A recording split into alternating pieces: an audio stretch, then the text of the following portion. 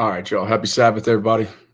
Sorry for the spontaneous live as well. Didn't really know that I was going to be going live today, but I had some free time, so I figured why not? Let's unpack some of the draft stuff. I want to talk about, as you see, as evidenced by the thumbnail, the explosive press conference, post-draft press conference. We'll take a peek at that, and then also just talk about some of my other pressing thoughts right now until daughter number 2 wakes up from her nap this afternoon. So get your questions in. We may end up going live over here as well. Let's go ahead and do this. Give a few more people a few more minutes.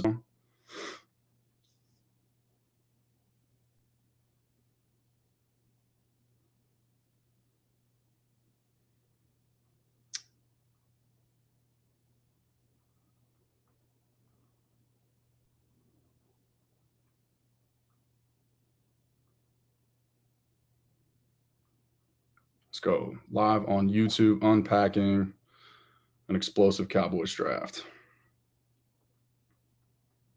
Or post-draft presser, I should say.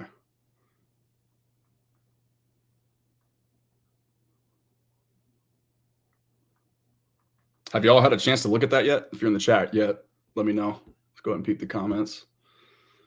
Jim Johnson, first in the building. What's up, my man?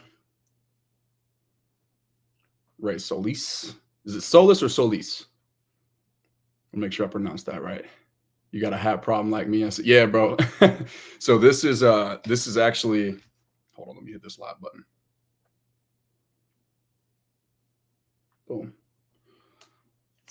The microphone quality. Actually, you know what? I can solve the microphone quality on the IG side of things too, real quick for y'all.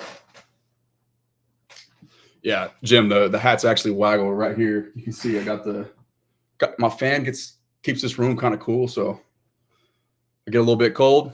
I'm gonna do a quick wardrobe change for y'all. But to your point, I got the backup hat to go with the jacket on deck. I don't have a problem. Y'all don't judge me, all right? Take me as I am, please. How's everybody doing? You know what? We're gonna go the old-fashioned way right here. We're just gonna clip this IG mic to the YouTube mic. We're going to call that good. Mic check on both sides. Can everybody hear me? Just let me know how the audio sounds. Give me a thumbs up if you can. What's the inside scoop? We're about to talk about it, man. How you feeling about the draft? Jack and Jim. And hey, what's up, TJ? How you doing, buddy? I know TJ's feeling pretty good about the Chiefs after trading up and getting the best quarterback I've ever seen, another explosive weapon down the field. I've been saying, actually, ever since that whole thing happened, that regardless of the timeline for Rashee Rice and Xavier Worthy and Hollywood Brown on the field together, it's going to be a problem because you're forced. It's a conundrum. They've created a conundrum that's really impossible. It's like you're damned if you do, you're damned if you don't. They got a downhill physical run game that can come right at you. So you can't empty the box and just go cloud coverage to stop all the explosive playmakers down the field. But you can't load the box either and sell out to stop Pacheco and play close to the line of scrimmage because then you just get burned and 6 points right over top of your head. You know what I'm saying? All right, let's get to if you're on the IG side, it may be best if you head over. That's where you'll be able to see. And so we're going to watch some film today too. So you'll be able to see the film on the YouTube side, and you'll also be able to hear the audio better on the post-draft press conference that we're going to talk about. So, yeah, good thing they're in the AFC. That's what I said, Jim. Exactly. Great point, by the way.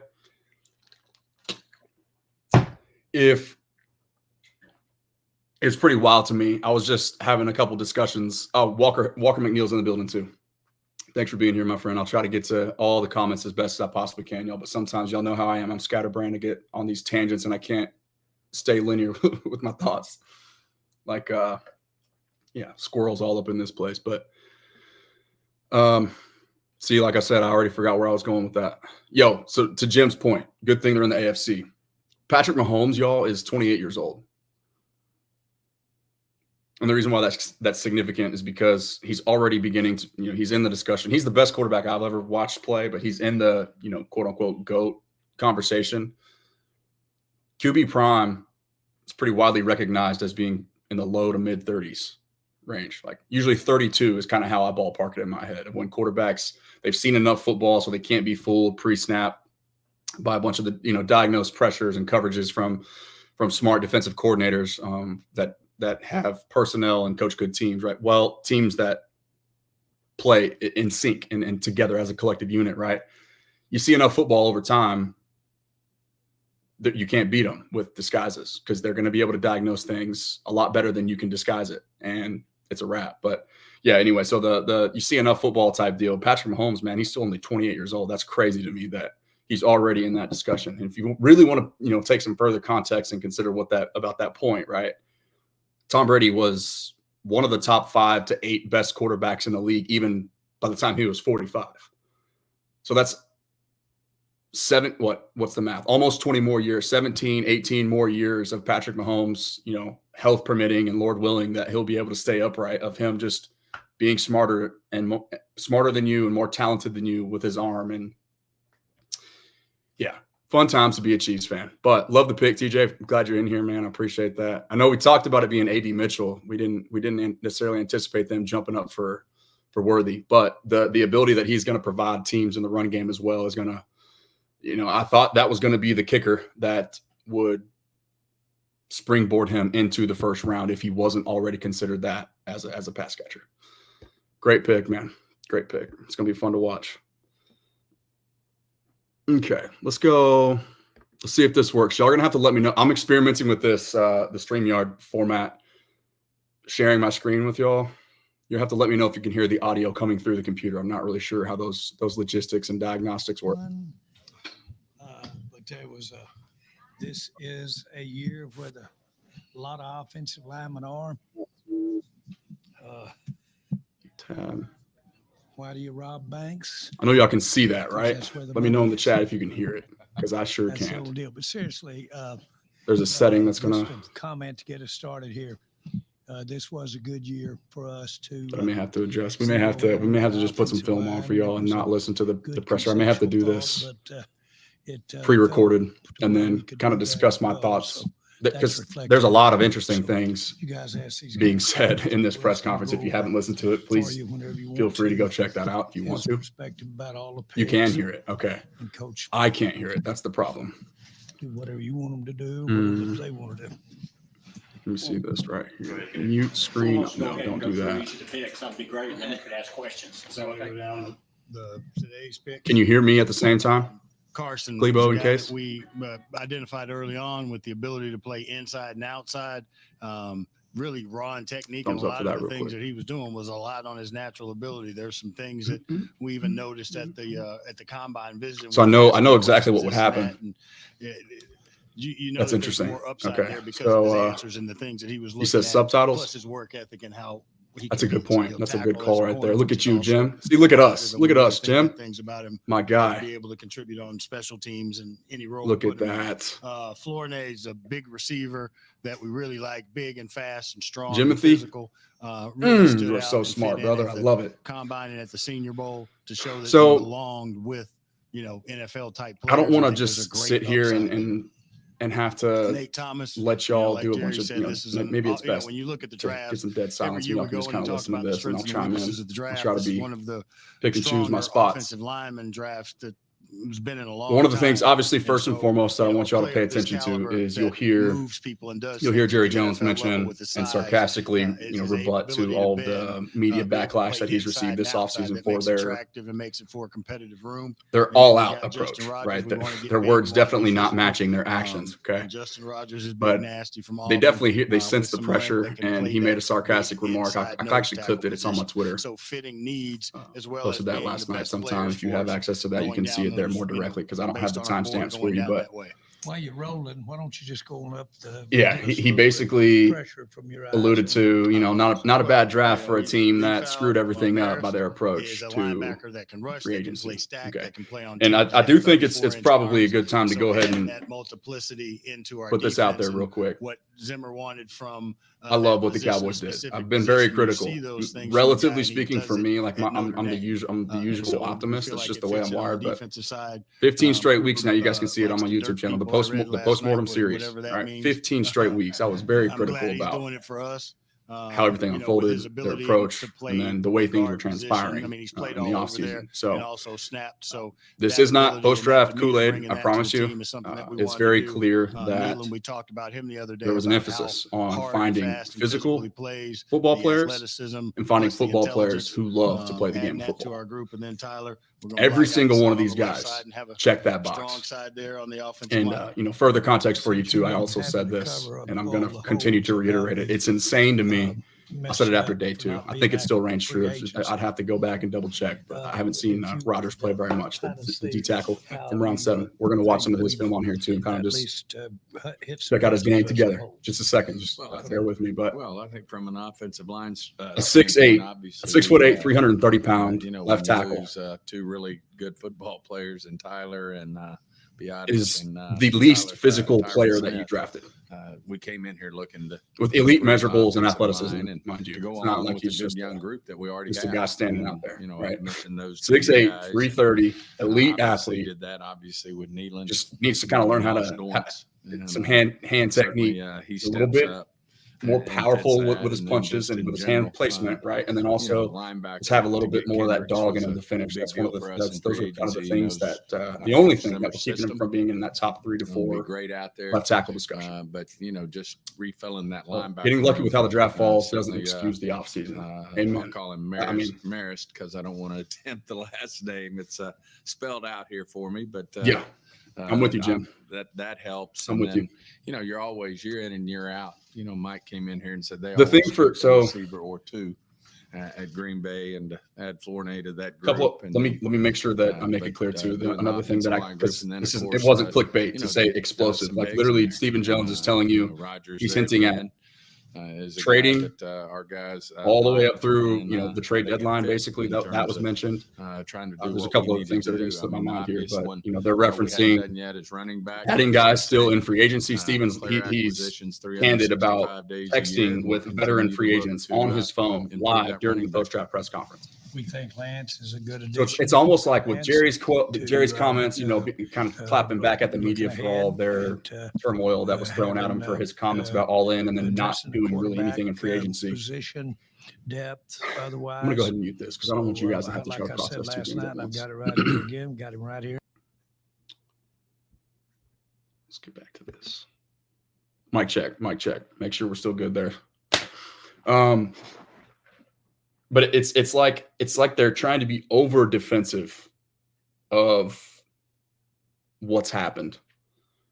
Like they keep trying to like almost allude to and make it clear, like make it a point to go out of their way to make it clear, like, hey, we're still working, like we're actively building this roster and trying to improve it and still trying to go win football games. Because the thing is, y'all, with this team right now, they really are. I mean, the perimeter talent, the skill position talent on both sides of the football. I mean, it's an elite bundle of players. So that's why it's been weird for people, like with the Dak contract looming and all that. But so it's like you got all this potential dead money hanging over your head, but at the same time, you still have a ton of talent. So it's like, are they tanking? Are they actually going all in? Are they slow playing this thing? Which they actually are for sure right now. There's just a bunch of different. It's a weird, very weird situation to be in. All right, but this draft though told me, and I'll give it an A- or a B+ somewhere in that range. It told me that they finally. It took them 2 years too long, in my opinion, but they finally acknowledged, hey, we're looking up at the North Stars of the NFC right now. That's the Packers, or sorry, technically the Packers still, because they whooped your ass, but the Lions and the Niners. And what can we say unequivocally about both of those two teams in relative to the Cowboys situation? More physical. Way more physical. That's I mean, if you really want to sum it all up, put a bow on that whole thing, that's what it is right there. You can sum it up with that. So looking at the North Star of the NFC and doing something about it with guys like I said, Tyler Guyton, the least physical of the bunch of players, the rookies that you drafted this year, even despite being 6'8", 330. If that's your least physical guy with the ceiling that he possesses with that athleticism, you're cooking with gas. All right, but getting Marshawn Kneeland in here, who Stephen Jones Will McClay, which is even further validation and verification, comped directly Marshawn Kneeland, second-round pick, 56 overall, to Demarcus Lawrence. And the funny thing about that is I had heard somebody else say it, so I started to look at it through that same lens. I saw it too, but then I was scared to say it out loud, just making that comp, because I was like, and this was, a few weeks back. So I didn't know. Obviously, I didn't know that would be the pick at 56, so I didn't have the foresight. But yeah, it was interesting to hear him say that and confirm what does seem on the surface to be, an explosive hot take. But like if Will McClay's saying something, it's pretty telling. They clearly see a vision. And the interesting thing about that is I feel like Demarcus Lawrence didn't get the credit that he deserved, or doesn't get the credit that he's always deserved, right? When he got that contract extension a few years back, and we can pull that up too. I'll share this with y'all if you want to look at it since we're talking about it. Let's see. Demarcus Lawrence Spotrac. He got that contract, and people started paying too close attention to the sacks. When even if rushing the passer is your strength within your game, sacks aren't the end all be all. They're not the number one indicator of pass rush success. It's pressures, right? It's your pass rush win rate. That's a much more. It's a much better indication of how you're actually performing relative to getting after the quarterback, right? But in the case for Demarcus Lawrence, that was never the strength of his game. He's a run-stuffing, strong side, physical presence at the edge position, an edge setter, like a dude that's going to say, hey, look, you're not going to run the football and get outside of me. I won't let it happen. And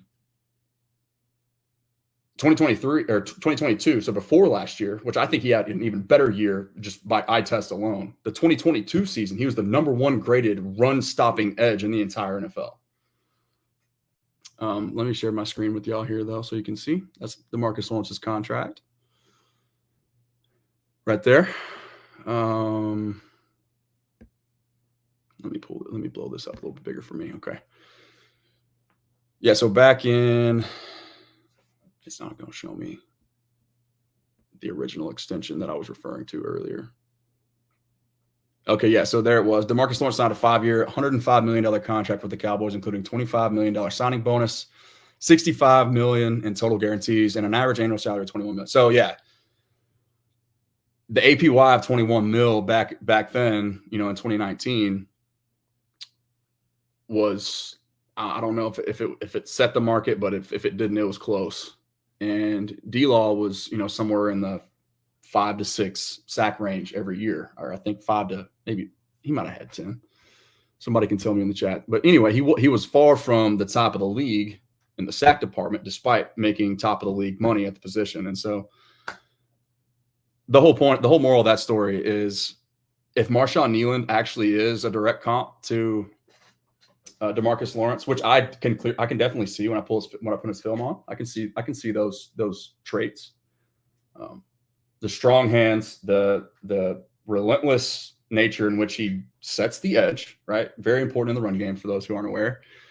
And just, being able to shed blocks and just be a powerful presence. That's their game, dude. That's what they do. What's up, King Nizzy? First time catching your content. I appreciate you for joining in, man. This is really my second time going live with a purpose here and actually having a plan. So with 2 girls now, two daughters, it's going to make things a lot more efficient for me if I can just go live in these more longer form settings in an hour while they're taking a nap, as opposed to taking 30 minutes to record and then taking an hour to chop up the recording and then taking 2 hours after that to, heavily produce and just make it visually appealing with a bunch of different graphics for y'all. It was time consuming, but it was how I kind of had to do it to get started at first. But now this is where we're at. So we're pivoting back to more of the long form stuff.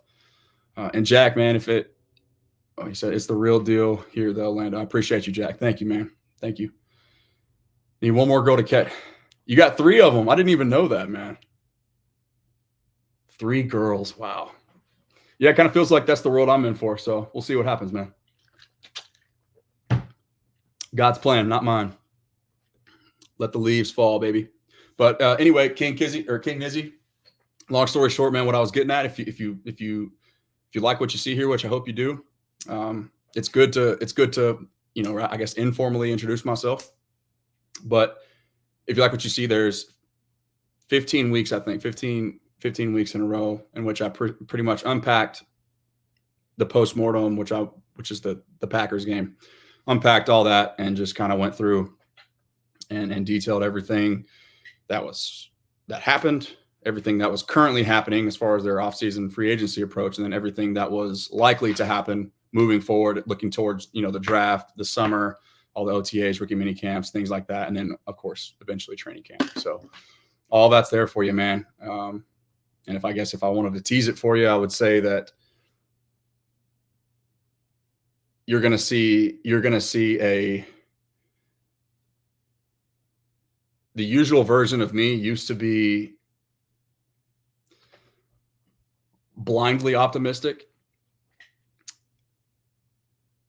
We were very close to being, we were much more objective. Let's just put it that way. This time around. And I take pride in doing that. And that's obviously the goal from here on out moving forward. Otherwise, I'm not doing my job of keeping passionate fans who deserve to know the truth adequately informed, if that makes sense. So thank you for the subscription too, man. I appreciate you. That's awesome. That's what we do this for, man. This is how we grow the brand. And seeing you guys appreciate it and stumble upon me. It's one of the coolest things about what I do, because I get to meet like-minded people. And then it's inspiring to keep going. It lets me know that what I'm doing, or that I'm doing what I'm supposed to be doing. I'm right where I'm supposed to be. Okay. There was a comment about running backs up here a second ago from Walker. Where was it? RBs in a contract year that could be trade deadline targets to fit the all-in way of having everyone in a contract year. ETN. Yeah, I guess this is year 3 for him, huh?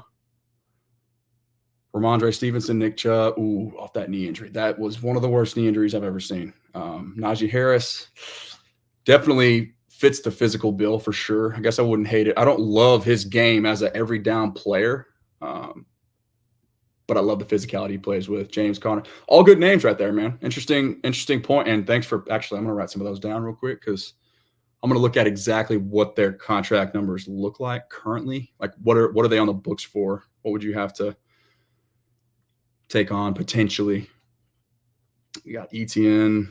Interesting names. Some really talented ones. Ramondre Stevenson has been a pretty damn good player, even despite being in a pretty damn awful offense in New England. That tells you a lot too. So Chubb, Najee. How's everybody feeling about the Tyler Guyton pick? Actually, I guess I should pull that as well, and I'll give my thoughts after I start to see some answers trickle in. James Conner. I will say, I'll leave you with this. It's Tyler Guyton's ceiling is like one we really haven't ever seen. Guys his size aren't supposed to move the way that he moves. Okay, there's some technical refinement that has to occur, but presumably you get him in the hands of Mr. Miyagi, Duke Manyweather, who I refer to as, like I said, the Mr. Miyagi of offensive line development. Good things usually happen. He's one of the reasons. He's not the only reason, but the Cowboys identify, evaluate, and draft first-round offensive line talent as good as anybody. Just since 2011, when Tyron Smith was drafted, they've drafted and developed 3 Hall of Famers. If you include Travis Frederick, which he probably won't be, but he would have been. He was well on his way. And 1 All-Pro.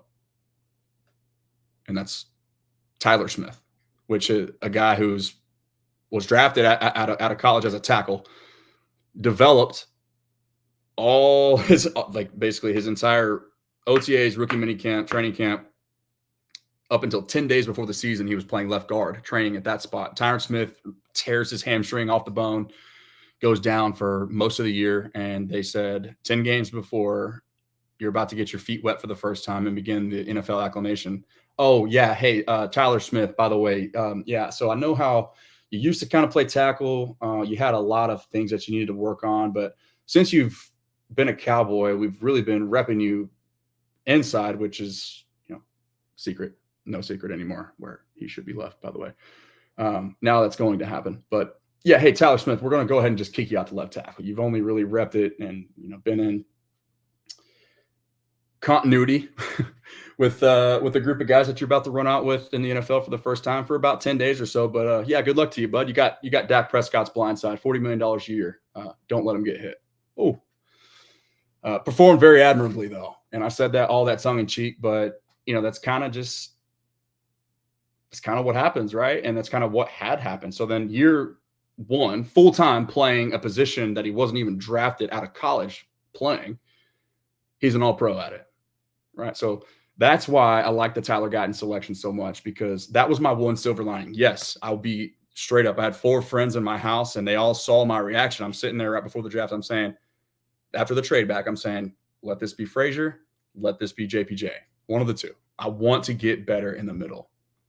I want to get more physical up front, because that was your low hanging fruit on your offense. The biggest thing in my head this whole offseason that kept this team that held this team back and prevented them from moving forward in the direction that they were that they could have been with all of the other weaponry that they have surrounding an MVP caliber quarterback, was the power at which their center played with. Okay. And it's nothing against Tyler Biadasz. I think he's had a hell of a career so far, considering he came from, he's a 4th round draft pick, and he's earned himself a second contract, a nice payday, one that was substantial enough to grant the Cowboys a comp pick in 2025. So it's very safe to say, and it should be said, that he's exceeded expectations and has definitely, outperformed and proved the NFL wrong.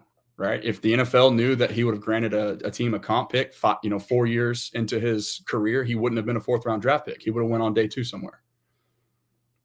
So Tyler Biadasz is a good player, but for this particular team that wasn't really creative with their run scheme last year, you had to win. You had to be able to move people. You had to be able to push people around, and he just couldn't do that. Not in this division where there's guys like Jalen Carter, Dexter Lawrence, and who else am I? Daron Payne all over the place, right? And then the teams that you have to play against in the playoffs to get to the Super Bowl, like the Lions, who are, they just look at their head coach. That tells you everything you need to know about how their team plays on the defensive side of the ball. And then everything that San Francisco brings with Eric Armstead and Javon Kinlaw and the 17 other 1st round defensive linemen that they have on the roster. So you had to be better A gap to A gap, because last year you tried to just go, outside zone with Tony Pollard. Really, inside zone from the gun is what crippled them. But part of the reason why is because of what I just laid out with Tyler Smith. Now just screw everything else. A gap to A gap. On one side, you've got All-Pro left guard, his first year playing the position, looks to be one of the best guards in football already.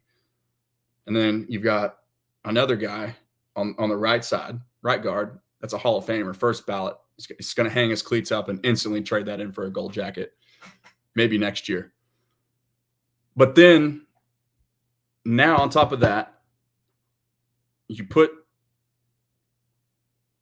the most physical, the most nasty, people-moving offensive lineman that I thought was in this draft. Didn't think he was the best. Didn't think he was the most athletic. Just the nastiest, most physical, the guy that loves football, loves to hit people. hunt and kill, seek and destroy. Cooper Beebe. In between an all-pro who looks to be and was graded out as one of the top two. He's the first team all-pro. That's pretty much what that means. He's one of the two best guards in the entire league. Hall of Famer over here. And then just an absolute load, people-moving brick shithouse of a human in between both of those two guys. You're going to win downhill with that team. It doesn't matter who's playing running back behind them. You're going to be able to move the football this way, I promise you. Cooper Beebe to Tyler Biadasz alone today, right now, if we go play a football game tomorrow, you are better running the football for that factor alone because you will be able to move people. And Zach Martin won't be hurt. That's another thing that's going to have to be discussed too. But yeah, Terrence Steele, the Cowboys couldn't run the ball to the right side consistently because they were weak in the middle. Their right guard was playing through injuries and banged up. And the right tackle was 1 year off of an ACL injury, a season-ending injury that actually occurred in week 8. So pretty late. It was incredible the way that he the fact that I think he was back for training camp. And I thought that was impossible whenever he first tore it. But let's get to some of this film, y'all. We're going to have to wrap up pretty quickly here. I wanted this to go a little bit longer, but I can come live again tonight if you guys want me to. Tell a friend that we're here, by the way. If you're appreciating this content, there's a really good chance that somebody else that you know in your inner circle of people, family and friends will too. So all that's greatly appreciated. Helps this channel grow, helps me continue to chase this dream. My second profession. If you're new here and you're not familiar with me and my background, I was a professional baseball player for about 5 years. Retired 2 years ago to be a full-time dad. And, God took me out of the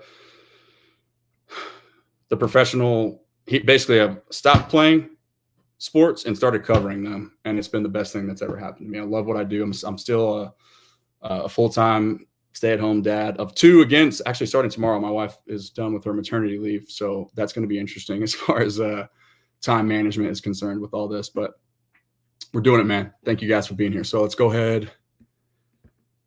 I'm going to shut up now. You know what? We just finished on so last thing, let me wrap the thought up and I'll get to the Cooper Beebe tape. I love Tyler Guyton because I trust the Cowboys offensive line valuations in round 1, but I love Tyler Guyton even more because where they took him, they traded back to 29, still got the ceiling at left tackle. That leaves the best guard in the entire league at guard. And also it granted you Cooper Beebe because that's the pick. That's the player you selected with the pick that you traded back for. It's just brilliant stuff. Brilliant stuff to me. Okay, here we go.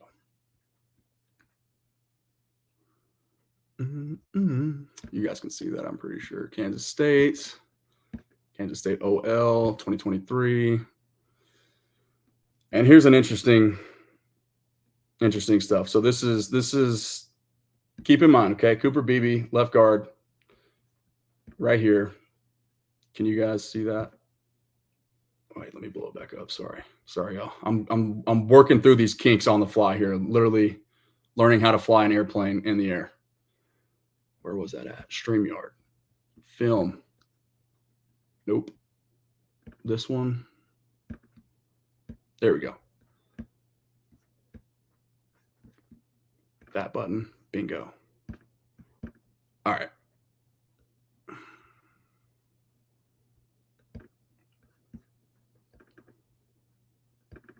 Hold on. Almost there. Okay. Play. Expand. There we go. See if y'all can see this. I don't know why it's not getting back into you see how there's empty space around the border. It's fine though. We're just going to leave it like it is. Beebe was your cousin and your pet cat. Yeah, he's fun. So keep in mind here, this is a Texas defensive front that possessed 2 if we're being honest with ourselves, first round talents. And yes, I'm slightly biased, but I cover the team. That's another one of my. That's also part of what I do. I cover Texas for Inside Texas. There's 2 first round talents. Top 2 round talents. We'll just call it that. We'll play it conservative with T'Vondre Sweat. I think he ended up going what? It was still actually early day 2, wasn't it? I've been so focused on what the Cowboys did. I haven't even thought about the destination. I'm gonna go ahead and end this on the IG side of things too. We're going live on TikTok now.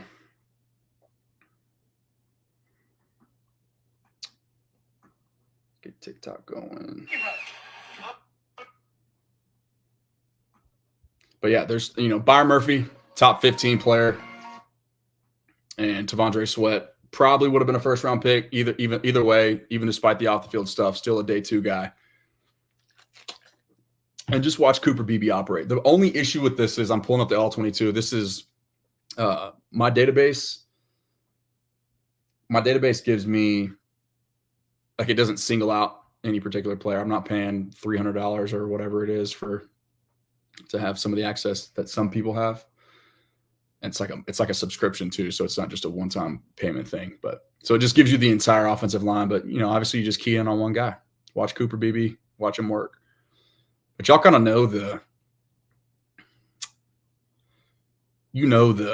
I guess, the tenacity. I mean, that's well documented, man. I don't have to sit here and lecture you guys on it and talk to you about it, but powerful dude. I mean, he's smart. You can see the instincts. Look at him looking for work. He's helping.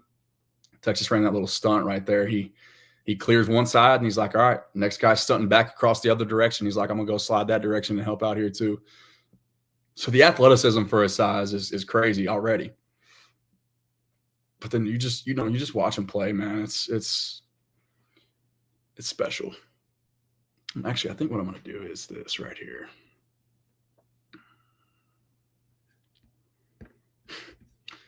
I added some audio to him clearing people out, pancaking people on Twitter. I'm gonna see if I can go find that real quick and let y'all listen to it. I think it's kind of funny.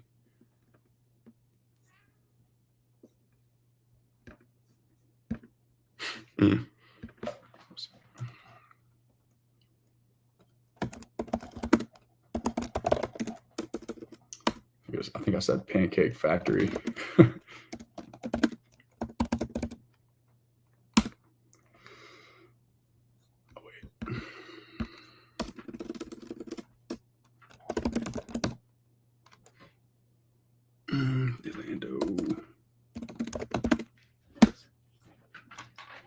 Here it is. See if y'all can hear this.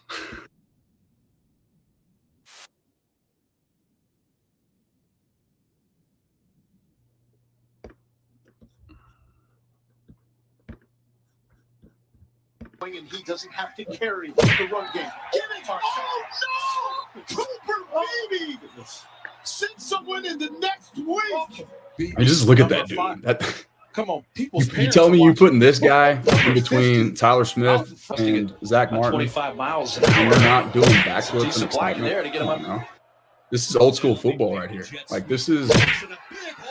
Look at this guy. He doesn't have to carry the run game. Give it to And by the way, this, like, I just took a few clips. This took me 30 seconds to find. Number 5. Come on, there's people's parents are watching. dozens Number 50. of moments like this in his career. 25 miles an hour. He threw 2 grown men like they were children right there. Like one guy in each arm. Get out of here. Oh, man, it's insane. Send someone in the next week. Beebe, number 5. Come on, people's parents are watching. Anyway, hope y'all can see that and hear it. If not, you can see it. 25 miles an hour. It's all good. Decent black in there to get him up. Let's get to some questions real quick. I guess there's one other thing that I wanted to talk. You know what? While we're on the Twitter thing, I wanted to run this by you, Jim. If you're still in here, this would be a great question for you, my man, and anybody else who wants to participate. Obviously, all are welcome. Let's go ahead and play the clip real quick too of Jerry. You've been saying having what to I cover mentioned up all earlier the in the holes post-game of presser, how we basically him clapping back at the media. since you've been having to Oh, pause. For all the heat that he caught for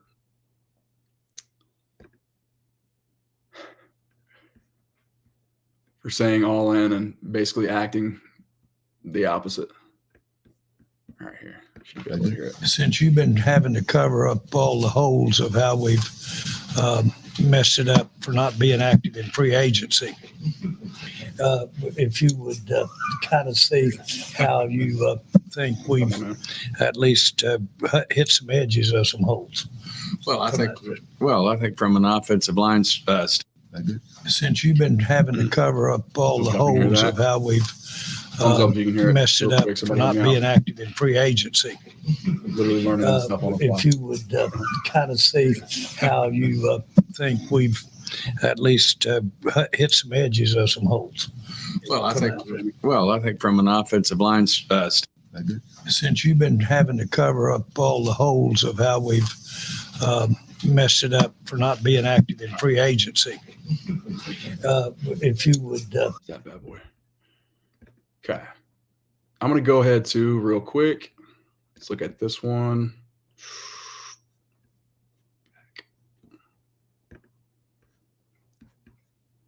Here's what I want opinions on. Deuce Vaughn. Here we go.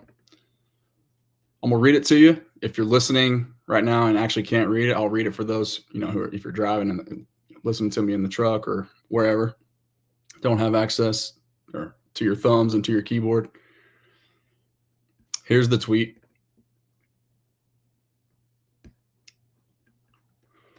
Deuce Vaughn. Still have this weird feeling about Deuce that I can't shake. Something in me still says he's going to have a big impact on this team. It just doesn't make sense in my head to write off a kid who led the nation in all-purpose yards after just one season in the league. Almost like the father-son poetic storyline made the expectations from the fan base much bigger than they ever should have been. And now a bunch of impatient people who are unfamiliar with the adversity associated with any player in any sport have completely overreacted as a result. Maybe I'm wrong, but just remember, one season of adversity off of the active roster isn't expletive for a kid who's quite literally been overlooked for his entire life. And then my beautiful little graphic that I made. But yeah, thoughts on that? You guys feel free to let me know. Couldn't hear it. Is that thumbs down for for Deuce or for the audio? Distro. Deuce still has hella potential. The question is whether or not Mike McCarthy and Shoddy have an actual bingo. Stanford Brown is paying attention, you guys. Stanford Brown, he's on it. I agree. Totally agree. And then back to, the deal _22. This is a great comment. He says, I remember you saying that they couldn't fix it all in one draft, but I believe we got close. Let's see what they do after they give Lamb his contract. Good job on your show. So, first of all, thank you for the comment and the compliment. And also because your first sentence where you literally said, I remember you saying that they couldn't fix it all. I know that you've been paying attention and following along, and that in and of itself means the world to me. So thank you for that. To your second point about, to the first sentence about how I said that we couldn't fix it all in one draft. True. Impossible, because you lost 10, 11 guys in free agency. You brought one back in from outside your team, but you only had 7 draft picks. You ended up drafting 8 with a trade back. So even if you are perfect, which no team is with their evaluation and their actual draft selections, even if you are, it's still not enough to equal the total departures. So to your point, they got close. That is true. I think because you can very clearly hear Will McClay. That's another thing that I wanted to get to. See my brain, the way it works sometimes. I apologize, y'all. I'm kind of all over the place. But that press conference, Okay. And I'm going to detail it for y'all, and I'll go through all this and make it a little bit more easy to digest. That way you can hear the audio, and then we'll cut, and then I'll speak, and, it'll be better. I do not recall Stephen Jones and Will McClay alluding to physicality and finding guys who love the game of football, using those two terms more in a post game or a post draft press conference. Now, I'll be honest. I'll admit candidly, it's possible that because I've been so hyper focused on it, and it's one of like I think it was either video 2 or video 3 in the postmortem process since the Green Bay game, the YouTube series that I've been doing once weekly drops. I think it was video 2 or 3. I'll have to go back and find that too. Where those are literally the two things that I said had to be like, I don't care what you're like. I was nearing the point of saying screw technique, screw athleticism, like just. I was so fired up from the way that they got embarrassed against playoff caliber teams. And, eventually the team that they played in the playoffs, which was the Packers, they were so incredibly out physical. They were the most one-dimensional and non-physical playoff team I can ever recall seeing. So at the time, it was, in my mind, it was obviously more pressing. I didn't mean it quite literally that, but that's what I said was that has to be the two main things you're looking for. If you're true, because the all-in thing was still fresh. We didn't know that they weren't going to approach free agency the way that we wanted them to at the time. Okay, so we took that literal, but all in was like you're talented enough already on the perimeter of both sides of the ball, but you're so one-dimensional because you are so unphysical. You couldn't stop the run. You couldn't run the ball. So my head all off season, I was saying, you got to get physical and you got to find guys who really love football, and not just, and the reason why was because the country club Cowboys narrative started to get pretty hot because our last 3 playoff losses, they got embarrassed in the physicality part of the game. So people started chirping, right? Hey, the country club Cowboys, they like what being a Cowboy brings them more than they like actually playing hard for the Cowboys, if that makes sense. Okay. And that doesn't apply to everybody, but let's just say you could very easily see where people come to that conclusion. So all that to say, they did that.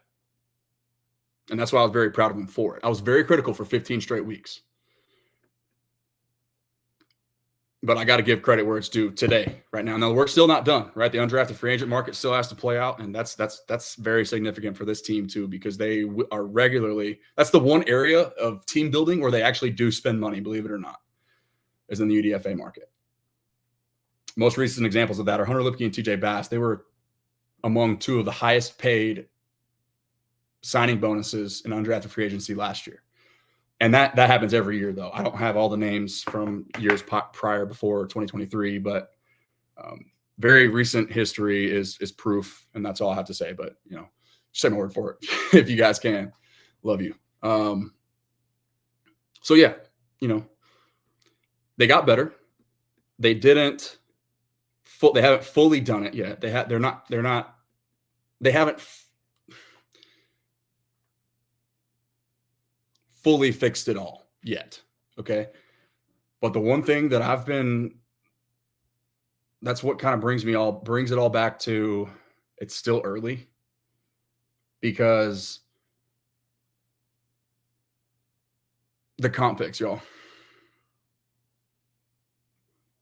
The comp picks. You've got 4 as of right now from the contracts of Tyler Biadasz, Tyron Smith, Tony Pollard, and Dorrance Armstrong. Their contracts that they signed in free agency on an expiring contract with you, the team grants you. They say, hey, here's a bone. Here's a free ticket, complimentary of us, courtesy of us. Here's a player for you.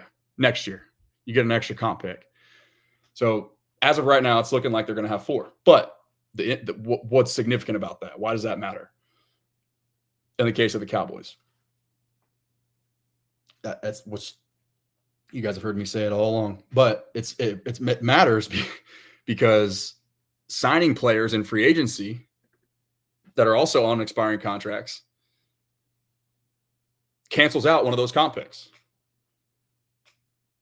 And Stephen Jones don't want to lose his beloved comp picks, y'all. He doesn't.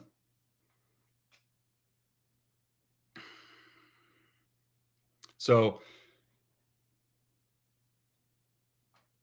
now that teams have seen how their roster looks after the draft, they'll have a better idea of what sort of depth that they're going to have at certain positions. Some guys are, making too much money, but not playing up to those expectations. They might just cut bait. They can still post June 1 players. They can cut them and just spread out the cap hit, but say, look, we're going to save $6 million right now, and we'd rather pay you to not be here. Well, guess what? When a team does that, and again, the example is the Cowboys just did that with Michael Gallup to save a little bit of money because he just wasn't producing as a $13.5 million a year player, or whatever it was, 14 mil. So instead, they cut him. They post June 1 designate him, and they're now going to spread out the cap hit over the course of 2 seasons on the cap instead of just 1. Okay, they're cutting bait. But guess what? What's up, Leadfoot? If you sign players like Eric Kendricks who get cut for other teams wanting to save a little bit of money, you don't lose a comp pick. It doesn't count against the formula. So you can still go get a running back. Hypothetically, if somebody gets cut, you could still trade for one. You can still sign another one if you want to. They already brought one in from Missouri. And Ben, I see Ben's in the chat. Ben, if you have some of those measurables and things, and maybe you just want to provide a few pieces of insight, let these people know about Mr. Pete. I think his last name's Pete. I haven't studied the UDFA class fully yet. It's still not even done. So. But Ben's studied 493 of these players for the last 12 months, and he knows exactly what each of them, who they are and what they do. So, yeah, great point, Ben, by the way. So back to the whole compensatory pick thing. It sounds like a lot of nothing, but for a team like the Cowboys that doesn't spend money in free agency, they depend on those because it's a free gift from the NFL to throw an extra dart at somebody in the draft. But guess what? If you had one of those comp picks this year, look what Ben said. We saw what those fourths and fifths can do for you. Just this past weekend. We would have had Braylon Allen or who's a Louisville kid that transferred because he was behind Braylon Allen. Isaac Grendo. There we go. Audric Estime, Trey Benson potentially. Because you would have had a pick early on in day 3. To go and get whichever running back that you had as your highest graded player.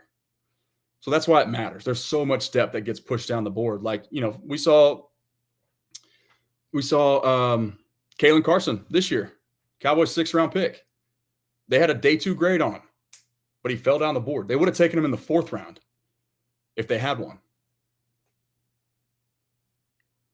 And Al Harris too, by the way, that's one of the unsung heroes on this team. You saw him, that was his pick. He was the first guy they handed the phone to. He was standing up in that war room making the case for this kid, but while they were on the clock. And you could see everybody walking up to him, high-fiving him after the pick was made. That was his dude. You know why? He has that pull and he has that say-so. Remember, a lot of people thought that he was about to go be DQ's DC. And a lot of people wanted, including some of the players on the team, right?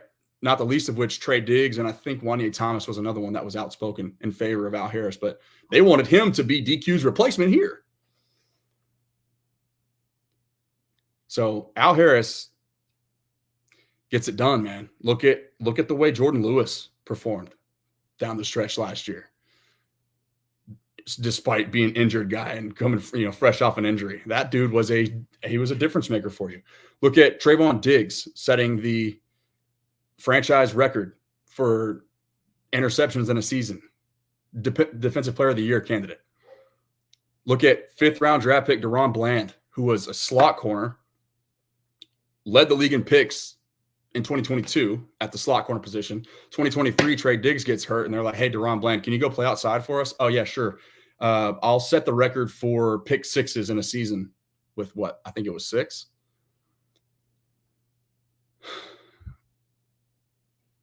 We've seen flashes of greatness already with Wanye Thomas.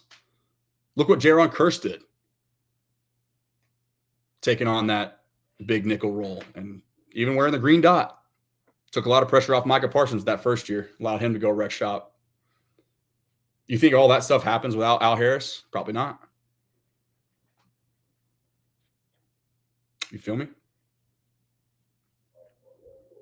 So anyway, yeah. Where was I going with this? Let's pull up. And if Ben, if you're still here, there's Pete's measurables and testing measure. Wait.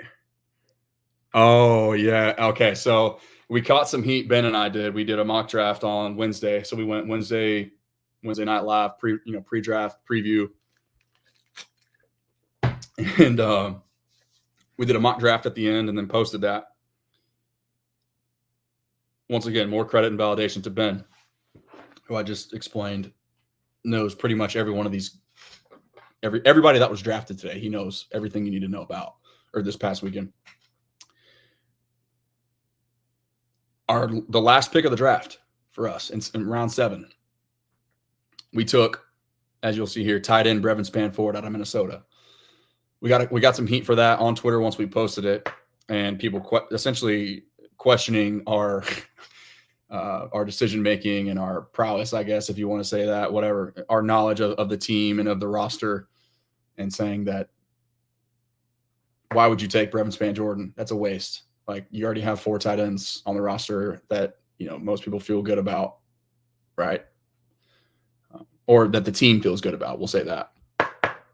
And Ben's point was, yeah, that's it. Sure, say what you want, but none of those guys can run block and move people off the line of scrimmage as well as Brevin does.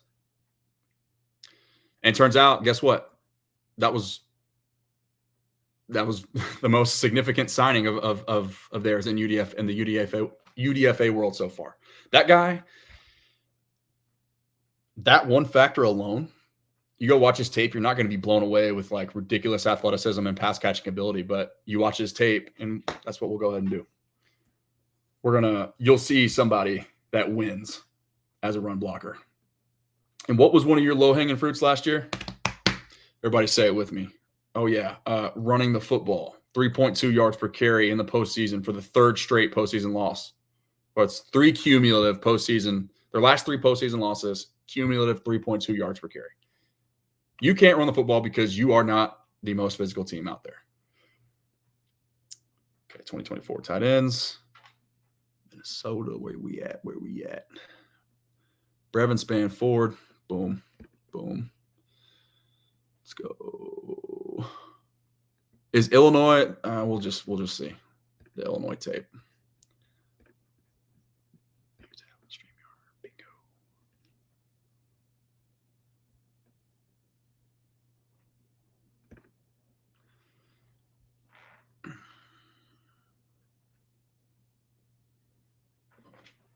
Let's see what we got.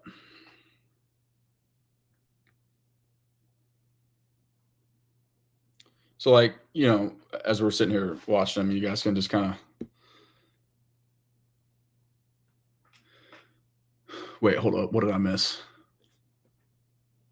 Okay, there's Ben's. He posted the measurables for Pete. Running back out of Mizzou that they signed in the UDFA market. 5'8", 196, 17 1/4 inch wingspan, 28 3/8 inch arms, 8 3/4 inch hands, 4'5", 240. Which is plenty fast for a running back, especially one that's almost 200 pounds. Let's see the shuttle time. 4.25 shuttle, 7:01 3-cone, 41-inch vertical. Explosive right there. That's one of the little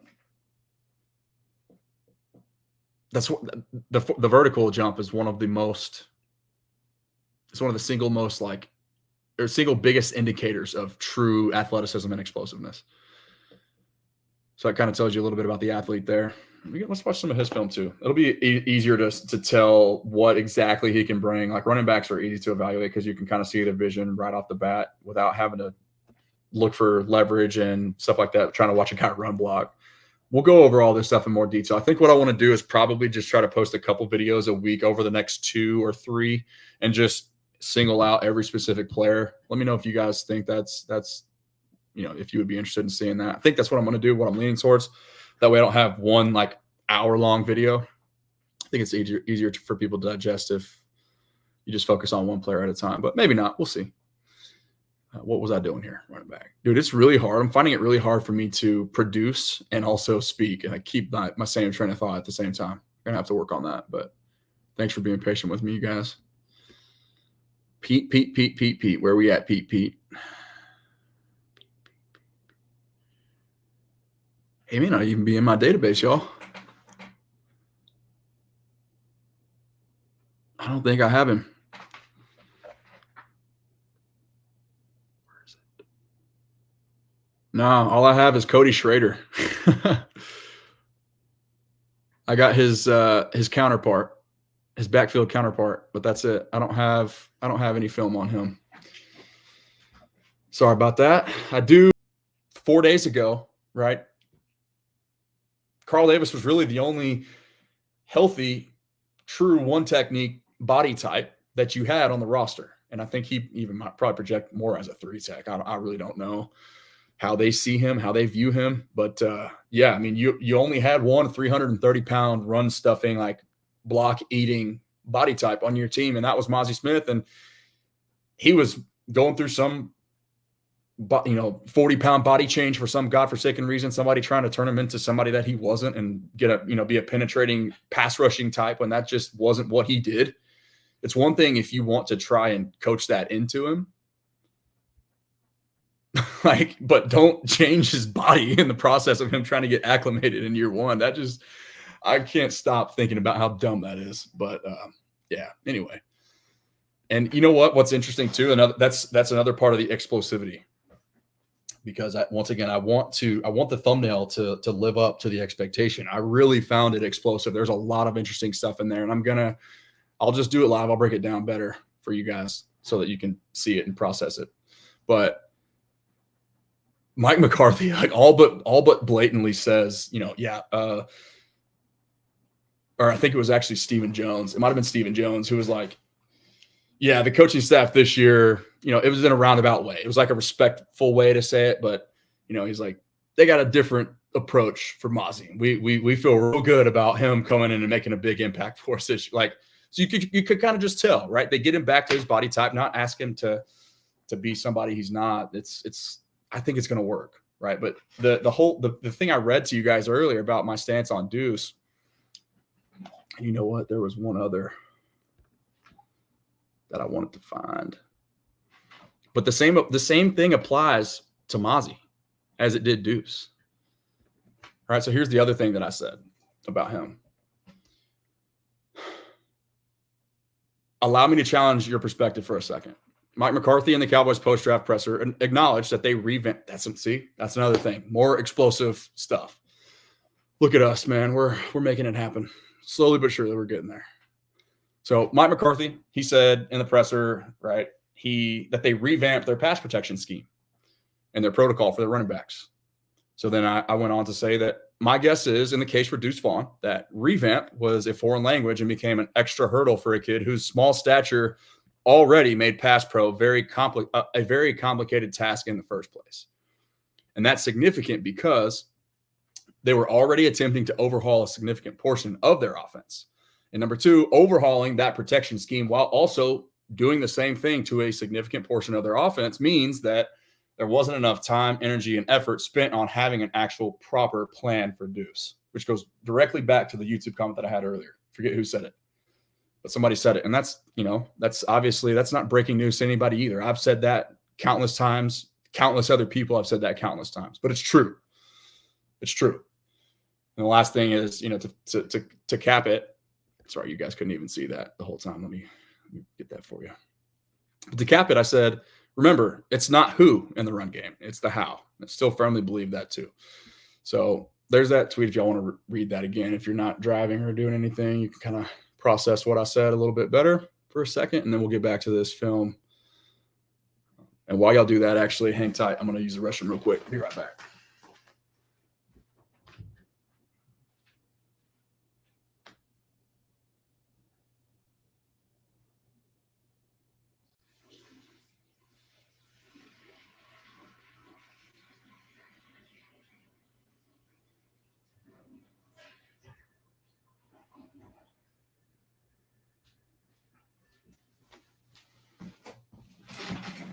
Okay. Thanks for sticking with me if you did. Appreciate that. So the last thing, and Ben's dropping some knowledge bombs in here for y'all. So if you're not following along with the chat and you are curious to learn a little bit more about any of these players that we discuss here in the next few minutes, and I just realized it's almost 5:30, so I got to bounce. I got to go eat dinner with my wife's family. But yeah, we'll call it 5 more minutes in here. Ben's got you. He's got you down on anything you need to know about any particular player. Any guys, measurables or skill sets or projections that you may have, questions about their future, their potential fit. Ben can answer some of those a little bit more deeply as I try to stay on track here. And Ben, you and I will go live again, man. We'll unpack some of this stuff in more detail. Just let me know what day works for you, brother. Would have loved to have you on today, but this was literally a spontaneous spur of the moment thing. Both girls were sleeping at the same time. I was like, screw this. I'm gonna just go get my thoughts out of the way and off my chest live while I have a little bit of free time. But that time is almost up. Last thing I wanted to get to real quick. Let me run some more film so y'all can be stimulated while I speak. I don't even know if I'm gonna have the Justin Rogers tape now. Damn. Where we at? Oh, I do have it. There we go. Here we go. Justin Rogers, 2023. Let's go Georgia. How about that? Couple day 2 draft picks on Georgia's offensive line this year. That'd be a good one to watch. Okay, let's go here. Share this tab. Boom. Make sure y'all can see that. Everybody got me? Yep. Bingo, brothers. Okay. So we're watching Justin Rogers here. Big number 52, if I'm not mistaken. Yeah. 336-pound. So here's Ben's thoughts on this. Rogers is a 336-pound gap eater, period. If he gets pressure, it's a luck thing. He's going to plug a gap or two and move on down the road. That's exactly what Mozzie Smith should have been last year. That's exactly it. You see it, the hand fighting right there, man. Just wrestling with people. Looks pretty nasty with it. And I like the passion after the play too. Man. Yeah, seeing Justin Rogers, I mean, he's going up against a bunch of NFL players right here. So this is great tape to watch. You get a lot of answers and feedback right away.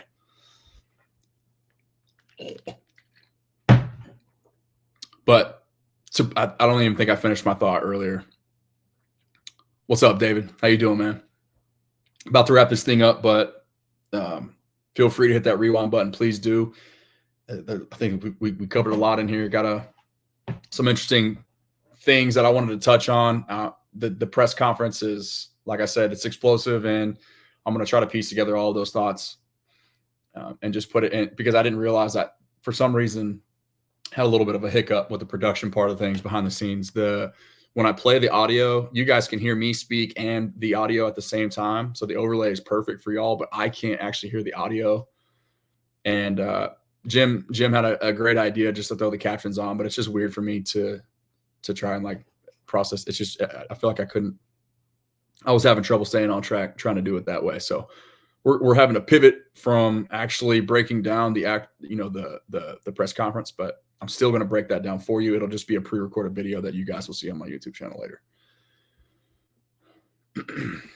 Two gapping specialist controls one man in the gap on each side of him. Yeah, so that's pretty specific to an odd front, what Ben's referring to here. A lot of times he's not really lined up in a gap. He's lined up head on with somebody, and he's essentially just kind of stacking, and sort of reading. But what he's not doing is trying to penetrate and get upfield and sack the quarterback, because that's not his skill set. It's not his role. Hence, Mozzie Smith. I'll stop beating that dead horse. I know y'all are probably tired of it. I'm tired of talking about it. I can tell you that. Dan Juan 202 Southside DC. Thank you, my man. Appreciate you. Thanks for being here on a Sunday at 5:00. Appreciate y'all so much, man. Definitely going to rewatch. Thank you, David. Appreciate that. And if you guys are in here, it is so. I've said this before. If you are interested in show me a little bit of love financially speaking, you can always just hit me up on the side and ask me for my Cash App or my Venmo. It is very much appreciated. It does allow me to continue bringing you guys a better product and making a living out of this, right? Because YouTube doesn't pay me anything yet. The monetization part will come. I'll have it monetized here pretty soon. But as of right now, all this extra time that I'm putting in is pretty much for free, while I'm growing my platform and my brand and things like that. But anything you guys can give is more than appreciated. And I can't tell you enough how much I do appreciate it. And it will, at least in the interim, all of that will go to, like, I'm getting ready to buy a brand new camera. So you guys will see me more clearly. And also a soundboard is coming. That's actually already en route. So I'm taking the production up a notch, but just your generosity, if you feel compelled and called to do it and you enjoy the show and it's worth it to you, is all catering towards me allowing me to do that. So just hit me up on Twitter or something like that if you're curious, and I'll send it to you on the side. I really don't want to spam all that in here because that's really not what this is about, but it is greatly appreciated. That's a nice catch. Good back shoulder ball-ish. Yeah, so you can kind of just see, man. I mean, I think if I'm correct, that's Cedric Van Pran, who is also another draft pick that he's going toe-to-toe with right there. You can see some of the power. I mean, Van Pran is kind of what he was known for too. And Ben will have better insight there for you as well. But yeah, this dude's going to be an impact. And it's weird to say, this is what I wanted to wrap up. It's weird to say that a guy like him, a 7th-round rookie at a position where it is tough to translate year one, right, from college to pro, that he's going to be called upon to be like a legit rotational important piece for you. He's essentially going to be replacing Jonathan Hankins. And those are big shoes to fill, relatively speaking. He was well past his prime last year, but I mean, it's Mozzie Smith right now. Whatever you want to say about Carl Davis, and it's Justin Rogers. Like those are the only body types you got, unless we want to put a little bit of extra stock in, like the whole comp pick thing that I was talking about, right? What now that the draft's over, teams are gonna start cutting players, and you can bring guys in and not risk losing your comp picks from next year. So he's going to play, and he's going to have to play. But I want to leave you guys with these last two parting thoughts. Number one, I do think that it's not out of the realm of possibility that it's not difficult for this team to improve from a year ago, running the football and stopping the run. It's a very, very low bar. So when people say, I don't see how the Cowboys can be better based on everybody that they've lost, outside of Tyron Smith, yeah, you're going to be worse at left tackle this year. Book that. Bank that. Take that to the bank. You're going to be worse at left tackle for sure. But you've got 3 forklifts controlling the A-gaps now that you could not do last year. And the right side of your line was crippled and under physical. you will be able to go downhill. Day one right now. Tomorrow you play a football game. Cooper Beebe in the middle of all-pro who looks like he's the best at the position already in the NFL, 1 year playing it, and a Hall of Famer. First ballot. You will be able to go north and south. I don't care if it's Zeke. I don't care if it's Rico Dowdle. I don't care if it's Deuce Vaughn. Deuce, you got to get more creative with, for sure. But like I've said, it's hard to tackle what you can't see. And then if you get him moving, especially in space, catching the football out of the backfield, teams want to stop the run, whatever. Deuce Vaughn's going to have an impact on this team. I've had that feeling. I'll just be blunt with it, and I'll say it. I'm not writing off a rookie after 1 year. When, as you can clearly hear Mike McCarthy detail in his press conference, which is sort of the whole precipice of, or, the sentiment that was trying to be relayed and echoed with this. It was the purpose of this live today, to unpack that explosive press conference. Mike McCarthy telling you, yeah, we kind of changed up our entire pass protection scheme. I guarantee you that was very foreign, a foreign language, like we already discussed. I read it to you from my tweet last night. Foreign language.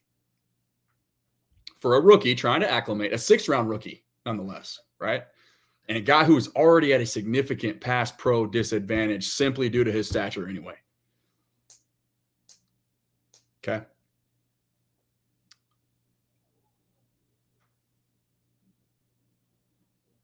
Zeke Elliott coming back. You're already paying him $6 million anyways in dead money.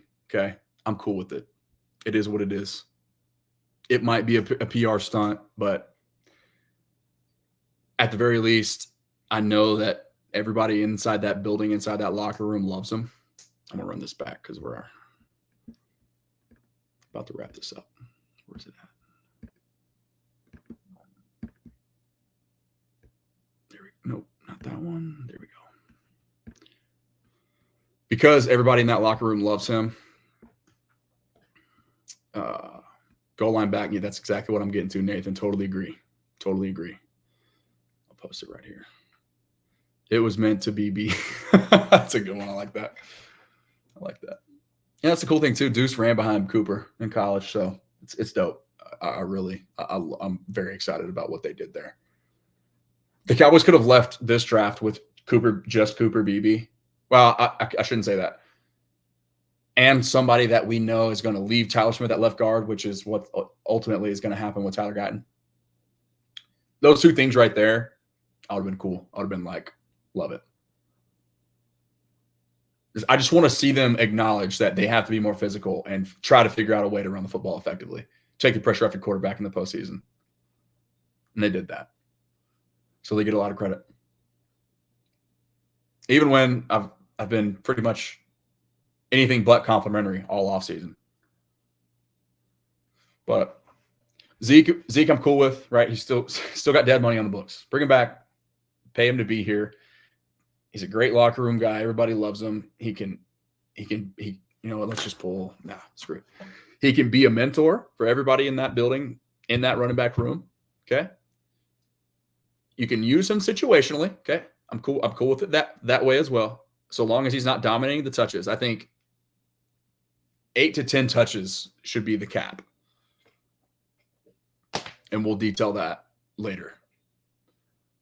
But as long as he's not dominating the touches, as long as there's an emphasis on him, sort of mentoring the younger guys or whatever. Like I love that. I think that's always a good idea, guys. There's a stark difference between a pro and a pro with a black belt. Right? There's levels to this. Like when you start martial arts, you start with a white belt and you graduate, or I think it's a white belt. I don't even know if that's the case, how they do it these days, but there's levels, right? Zeke is all the way up here as far as the approach, how to take care of your body, how to diagnose pressures, how to, all the technicalities and nuances within the running game. He can help minimize that learning curve. Deuce Vaughn will benefit from Zeke Elliott being in that building, just from the mental processing. He's going to be able to help him out. I promise you. So I love that part of it. And I love, as he alluded to, having a guy that can come in and that is going to fall forward for 2 to 3 yards, can win in goal line and short down and distance situations. I think there's a place for Zeke on this team, especially after not having, your 4th round pick and just the board not falling your way in the running back department. You can definitely talk me into it now. But there's caveats. There's caveats to go along with it. So thank you guys, man, for being here on a Sunday and for sticking with me for this long. I got to get out of here. I got to go eat dinner with my wife's family. I hope this was informative. I hope this was engaging, and I hope it was fun for y'all.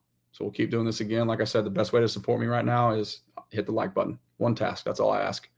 But if you did want to support me beyond that, you can approach me about right now, Venmo and Cash App. I got all that. That definitely helps. But I've got a soundboard on the way, and I'll soon be buying a new camera as well. So everything helps just with the growth of this platform and this channel. So, but I know we're finding a groove and finding a rhythm here, and we're starting to have a lot of fun with it. And there's some other big things coming too with some other trailblazers in this content creation community that I'm looking forward to doing some collaborations with, some things that we've already got planned.